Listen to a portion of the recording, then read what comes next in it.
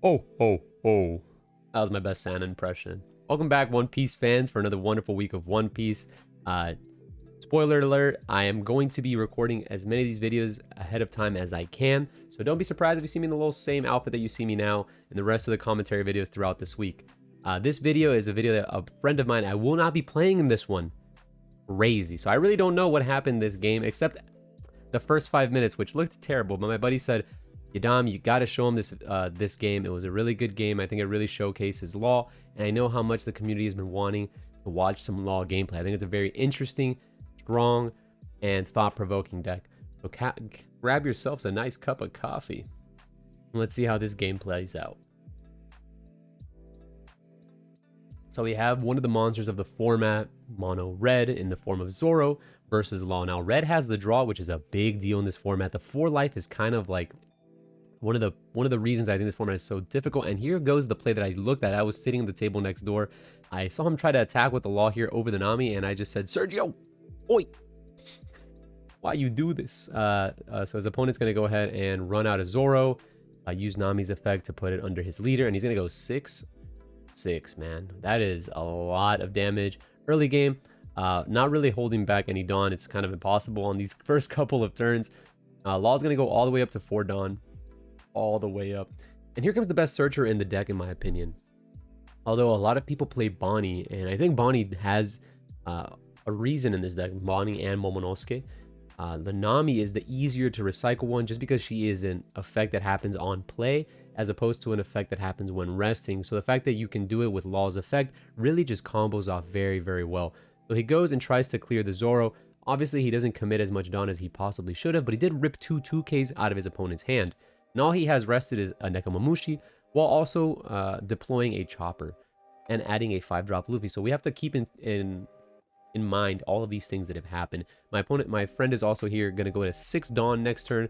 So we have to now think about what possible plays can go on 6, which is like Laws, maybe a flurry of 1 cost. He'll go on Jet Pistol to Chopper. Seems a little excessive to me, but I mean, it is what it is. Uses Nami's effect? No, hasn't used Nami's effect just yet. Puts 1 Dawn regularly. He's going to go 6 at 3, 6 at lead. And we just did not use Nami this. That's fine. Sometimes you don't need to. It's okay. We'll go back to the Law player's turn. He's down to 2 life already with the red player all the way up to 5. And that's kind of the issue that you see here.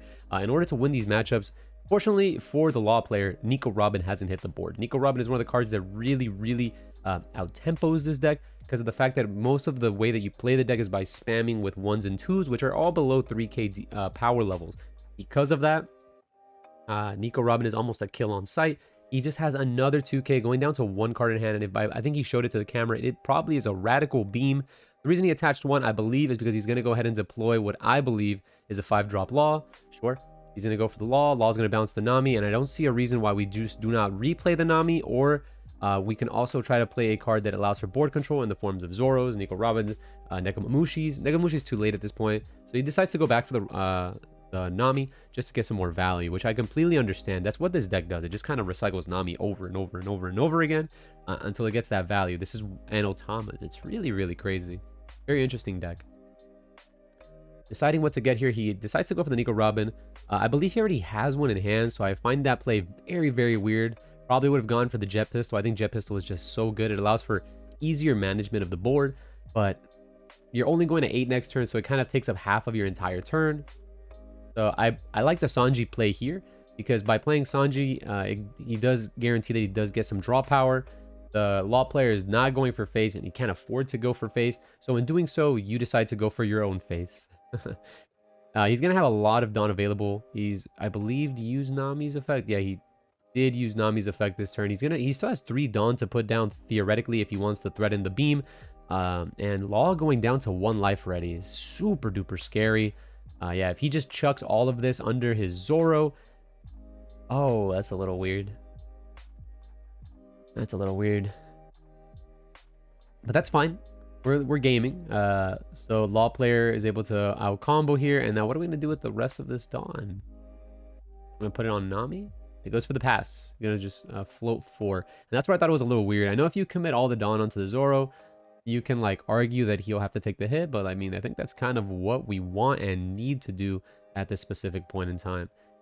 So let's see how Sergio tries to combat this board state. And I think the answer is just a bunch of weenie blockers. Ah, man, I hate weenie blockers. It's so annoying. But, you know, depending on your list, as a red player, you can get right through them. I do see a Eustass Kid in hand. Oh boy, I see the alternate win conditions. I see Luffy, I see that, I see Law, I see Momo. Man, there are a lot of cards in this guy's deck.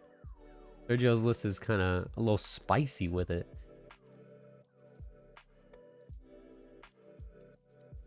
Let's see.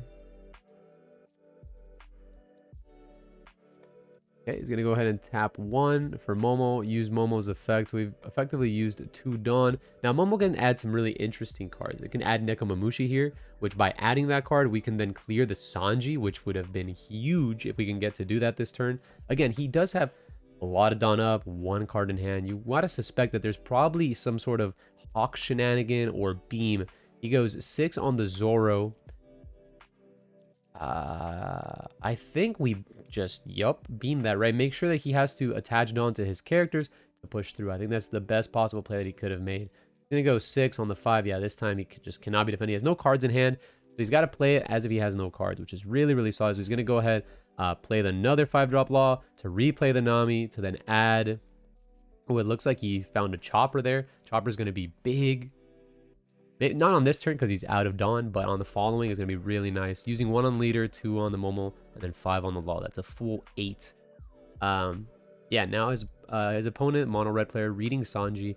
And yeah, Sanji's pretty wild, man. He's going to go use Sanji's effect, add a card to his hand, gain 2 power. But by the fact that he didn't deploy something, he only has an Otama. It's unfortunate. He didn't get to suck up 2 Dawn to make himself 7. He is 5 at this current moment. But once we play Jinbei blocker, I forgot what his effect is. Don't hate me, but it'll give me a second, and I'll remember it. So he's gonna go and manually attach 2. I believe he still used the Nami for that, so he has, yeah, this is gonna go and hit for 8. Because he's 3 plus 2, which is 5, 6, 7, 1 per Zoro. Yeah, this is an 8 attack Sanji into, I believe, a Momo. Yeah, I think we're fine with that. Momo's gotta go, brother. There's no way we defend this, huh?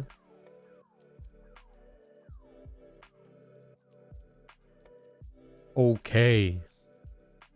Man, Sergio wild in here. Yeah, he decides to block and then just let it die. This is very interesting. Goes ahead and attaches all the Dawn to Zoro. He goes 9 at face. Again, questionable move. Had he gone 9 to the Law, he most certainly kills the Law. He can go Nami into the Momo, and that'll be dead too. And then his opponent's just left with a Nami on board with 1 card in life. And I think at that point, with 4 life, you can just close out the game over the course of a couple turns as the red player. But that's just me. That's just me, man.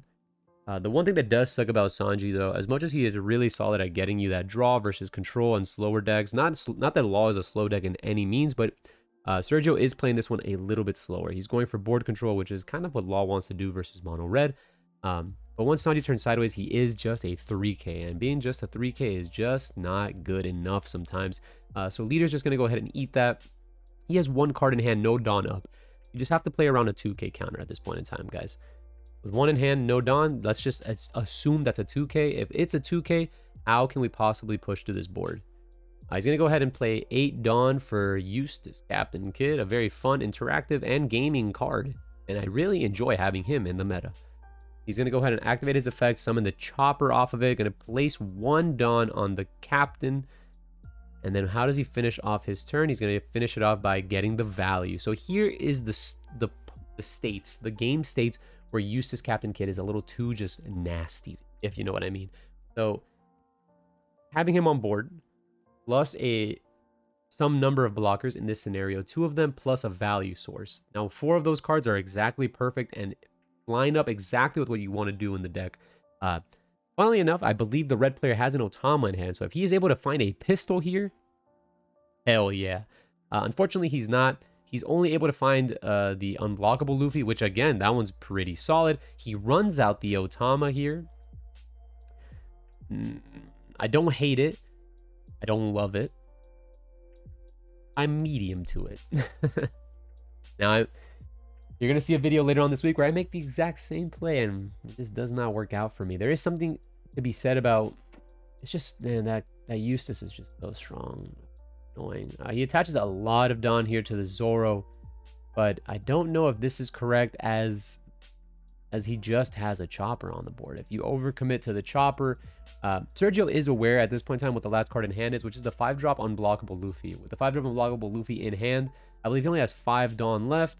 At 5 Dawn, he's not going to be gained unblockable, and he's only going to be a 7. And though 7 is swinging at 6, it might just not be enough. He's swinging here for a total of 9 on 6. And he's just going to combo out of it, no? This guy's crazy. Oh.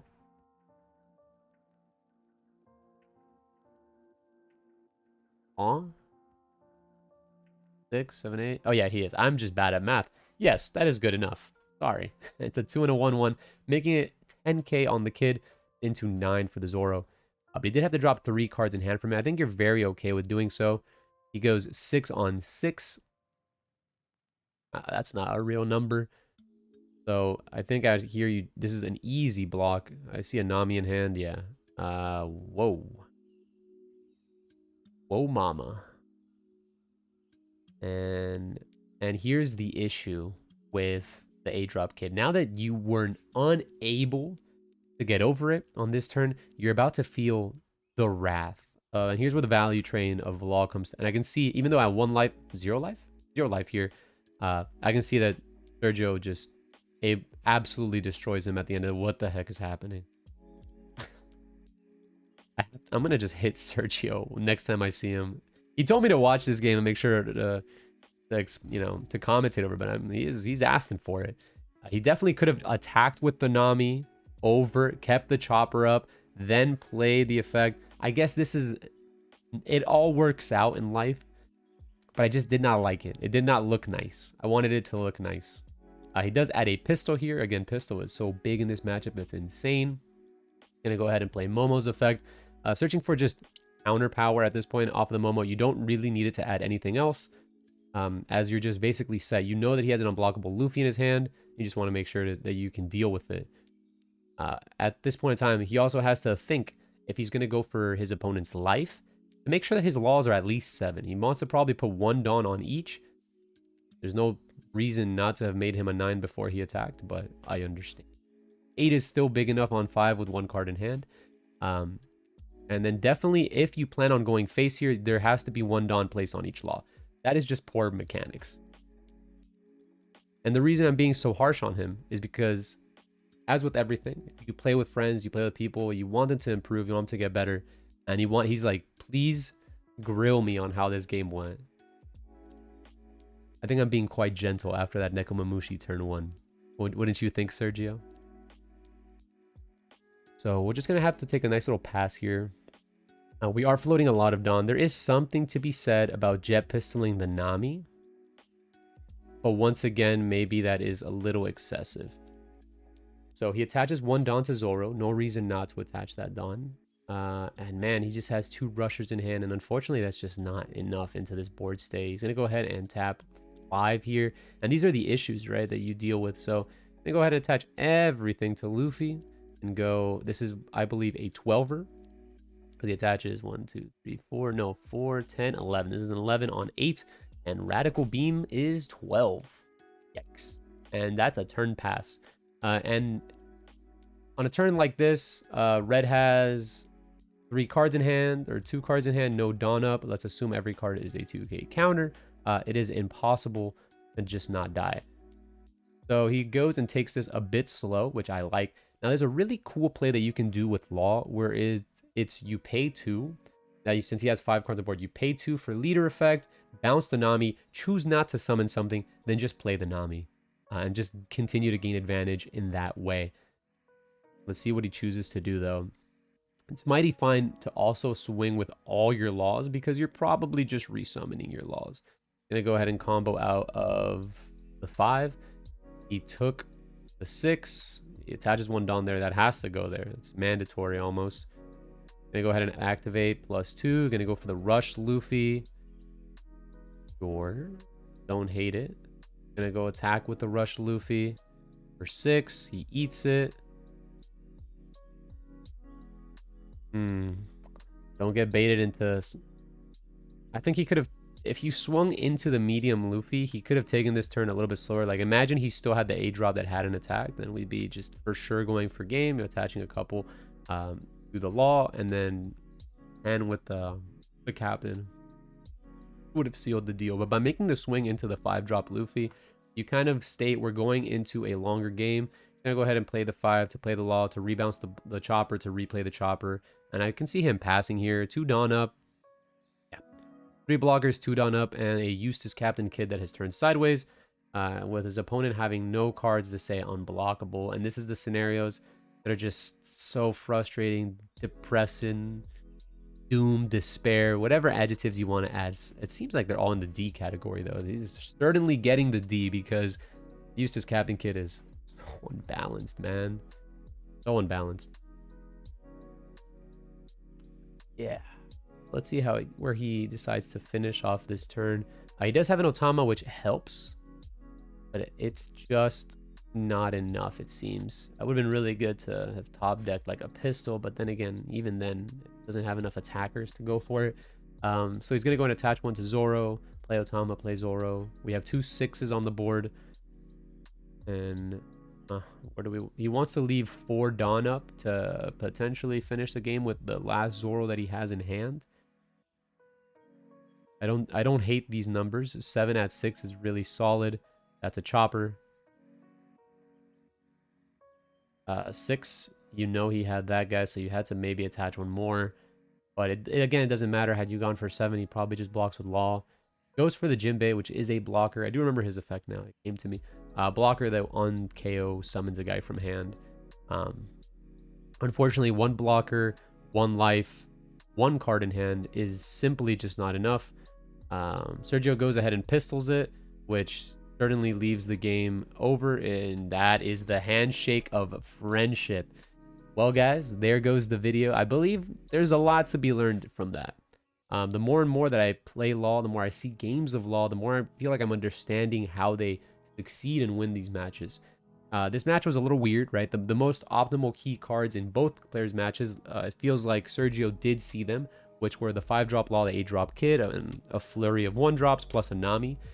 Those are the most important cards that you want to see, whereas the Zoro player did not get to see multiples of the unblockable Luffy, although he did see 3 to 4 Zoros. I don't really remember the count. The Zoros just don't do enough as into those specific blockers that green Law has. So because of that, unfortunately, it just is what it is sometimes. The value game that Law provides is really, really difficult, and as a mono red player, playing the matchup is really, really hard. A couple mistakes just end the game for you. As you can see, there are board states where he was at 0 life. The red player looked like he was dominating 5 life to 0. He took his own life to gain more draw, but it just wasn't enough to the amount of advantage that Sergio was able to accomplish over the course of 1 Nami, rebouncing it with leader effect, with 5-drop Law, using Momo to just gain more advantage. And then once you can do all of that and then finish off the nail in the coffin with the 8-drop Kid, disgusting. Oh, another D adjective. Monkey D Luffy, eh? So with that being said, guys, I hope you enjoyed this commentary. I hope we learned something. Sergio, I hope you learned something if you're watching this video. And as always, guys, thank you guys so much for the support you've given me and this channel. I hope to guys to bring you the commentary you want for this video. Happy holidays, and see you guys in the new year. Peace.